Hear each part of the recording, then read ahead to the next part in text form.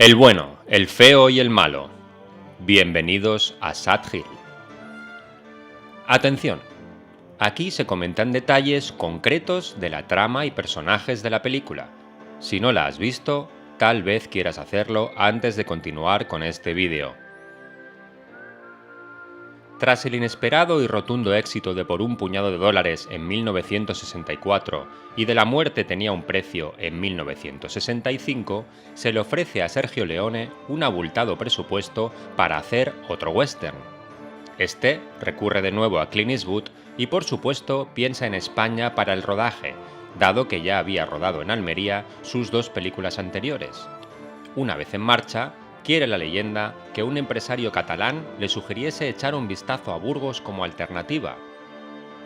El descontento de Clint Eastwood con su personaje, la amabilidad de Eli Wallach con los lugareños, el alcoholismo de Lee Van Cleef, la obsesión por el detalle de Leone, temas de Morricone que se reproducían durante el rodaje a modo de coreografía, el ejército español construyendo y volando puentes e interpretando a soldados. Un rodaje con montones de anécdotas y un pasaporte a la historia del cine.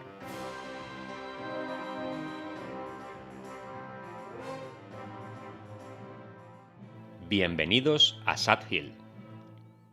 El mundo se divide en dos categorías: los que tienen revólver cargado y los que cavan. Tú cavas.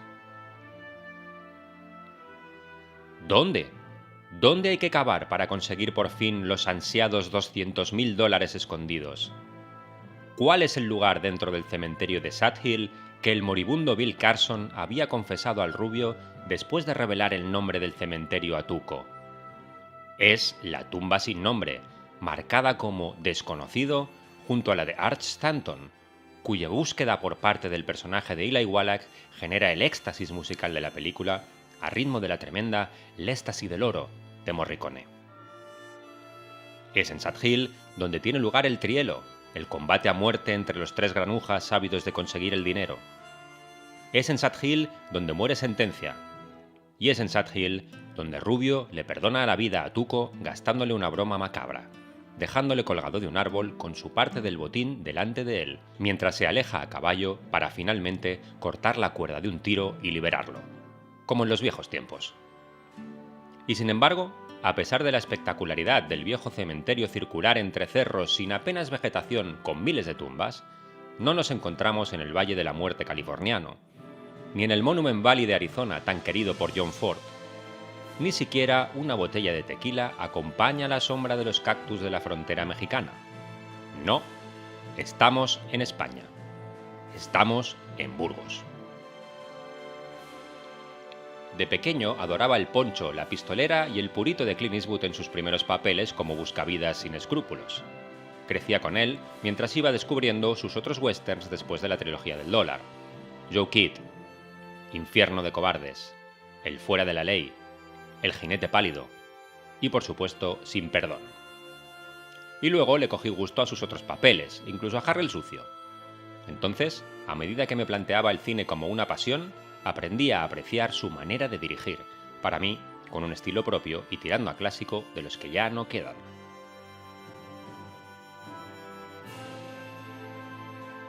Quiere la casualidad que yo tenga parte de familia de procedencia burgalesa, por lo cual yo ya, en las vacaciones de verano de mi infancia, había podido recorrer, gracias a mis padres y tíos, un buen número de lugares maravillosos: Aranda y Peñaranda de Duero, Lerma, Roa, el mismo Burgos, Santo Domingo de Silos, Covarrubias, San Pedro de Arlanza, Caleruega, Burgo de Osma.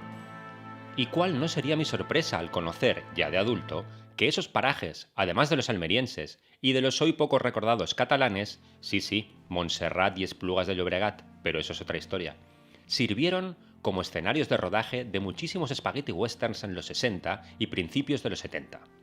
Así que me sorprendí gratamente, me hizo mucha ilusión cuando allá por marzo de 2016 mis padres me enseñaban un curioso artículo del diario El Mundo. Un grupo de locuelos había creado en Salas de los Infantes una asociación llamada Sad Hill, cuyo objetivo no era otro que el de devolver a la vida el mítico cementerio creado cerca de Silos para el rodaje del bueno, el feo y el malo. Para tal fin, se les ocurrió la peregrina idea de que los interesados en colaborar no solo pudiesen hacerlo físicamente en el lugar, ayudando a cavar y retirando piedras y matojos, sino que todo aquel que quisiera y a través de Internet podría apadrinar una tumba. ¿Y eso qué es? Pues muy sencillo. Por el módico precio de 15 euros, cualquiera podría tener una tumba con su nombre o con el que quisiera, en Sad Hill. Inmediatamente me puse manos a la obra y poco tiempo después ya podía comprobar en su web el aspecto que tenía mi propia tumba, una más entre las 5.000 previstas del cementerio. Lejos de pensar en malos rollos y aún a riesgo de que me llamaran freak, me sentí muy honrado. Afortunadamente, y después de un trabajo duro, pero con toda la ilusión del mundo, la inauguración tuvo lugar finalmente en julio de 2016, coincidiendo con el 50 aniversario del estreno del Bueno, el Feo y el Malo, y actualmente se organizan conciertos e incluso concursos de cortometrajes. Una vez que por fin he podido visitar el lugar, y vaya por delante que disfruté como un enano, debo decir que me sentí un poco tuco buscando mi propia tumba, a pesar de contar con las indicaciones de en qué zona estaba ubicada, y me llevé una grata sorpresa al comprobar cómo en ella, además de las 2 maderas con mi nombre escrito que la integraban, se había añadido, y muy pocas cuentan con detalles extra, una cruz al pie, que por cierto no os pienso enseñar. La génesis y el proceso de reconstrucción del cementerio han quedado reflejados en el emotivo documental Desenterrando Sad Hill, presentado en el Festival de Sitges y distribuido actualmente por Netflix.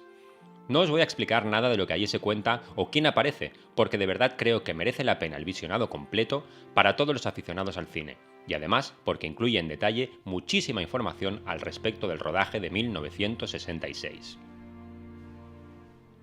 Partiendo ahora de la revisión por parte de los autores Eresman y Fullano, publicada en 2001, ahondaremos por supuesto un poco en la música de la película.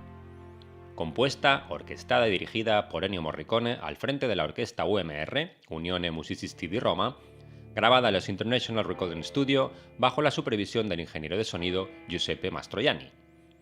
No puedo dejar por lo menos de poner nombre a un par de las voces más significativas que escuchamos aquí. Una, por supuesto, es la de la gran Eda del Orso, a quien disfrutamos sobre todo en esa fantástica El éxtasis del oro que acompaña a la alocada búsqueda de la tumba de Art Stanton por parte de Tuco, clímax total de la película. La otra es la voz masculina en falsete que imita al coyote, sello particular de la película y que suena sobre todo cuando aparece Tuco, cuyo intérprete es Franco Cosacchi. Esta melodía sencilla, en realidad son solamente 2 notas, la, re, la, se va repitiendo como tema característico y suena también a través de una flauta soprano cuando aparece Rubio y a través de un argilófono cuando aparece Sentencia. El argilófono, por cierto, es un instrumento de viento popular italiano fabricado en terracota, similar a la ocarina para entendernos. Puede decirse que el primer impacto al inicio de la película, cuando se congela la imagen con Tuco saliendo por la ventana con el cartel de El Feo y escuchamos por primera vez el grito coyote, resume perfectamente el que fue con toda probabilidad el culmen colaborativo de 2 artesanos que, gracias a la combinación de 2 estilos completamente únicos y novedosos, y mal a quien le pese, cambiaron las reglas del western. Uno de los rasgos distintivos de Leone era dejar siempre un espacio para la ironía, incluso en las situaciones más dramáticas. Con esto en mente, planificaba un papel importante para la música, creyendo que a través de ella podía expresar el alma de cada personaje y por tanto que incluso podía sustituir con ella los diálogos. Por eso, y por primera vez para esta película por su parte, pidió a Morricone que compusiera varios temas antes de rodar. El desarrollo de cada tema lo habían discutido en la etapa conceptual previa al rodaje, buscando tanto la esencia como el tono adecuados. De esa manera, y reproduciendo estos temas en el set, conseguía la atmósfera deseada para adaptar los movimientos de cámara y de los actores a su idea de ritmo, consiguiendo prácticamente una coreografía estudiada al detalle y perfectamente sincronizada en algunas escenas. Así, Morricone se saca de la manga todo un universo musical fuera del convencionalismo que para este tipo de cine era habitual en ese momento, utilizando instrumentos atípicos como guitarras eléctricas, silbidos o la propia voz humana, y ritmos casi tribales, amén de dar protagonismo a instrumentos solistas por encima de la orquesta. Parece que uno de sus secretos fuese crear temas sencillos, populares, que el público pueda reconocer y asimilar fácilmente, pero dotándolos de unos arreglos muy sofisticados a través de soluciones creativas lejos de la armonía tradicional. Hoy, Todo eso nos suena como lo más normal del mundo para un western, pero en aquellos momentos Morricone rompía completamente las reglas de composición tradicionales, quedando el bueno, el feo y el malo como su trabajo tal vez más conocido y el que desde luego le dio reconocimiento mundial de manera instantánea.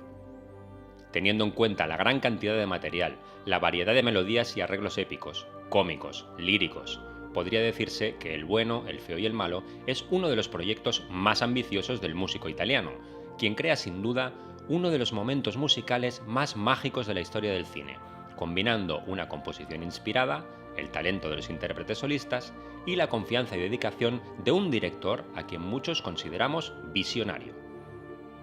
Dice el ya nonagenario compositor que si una película es buena, no importa si la música es mala, porque seguirá siendo una buena película, que la música solo ayuda y que no mejora una película por buena que sea. Y sin embargo, qué difícil es a veces intentar comprender una película sin su banda sonora, ¿verdad? Desde aquí, por último, animo a la asociación a que continúe su trabajo para poder preservar y mantener el lugar que tanto esfuerzo ha costado reconstruir, para que quien verdaderamente aprecie el cine como un arte pueda seguir disfrutándolo. Yo, por mi parte, ya puedo decir que dejo un pequeño legado en uno de los lugares tal vez más emblemáticos de mi infancia.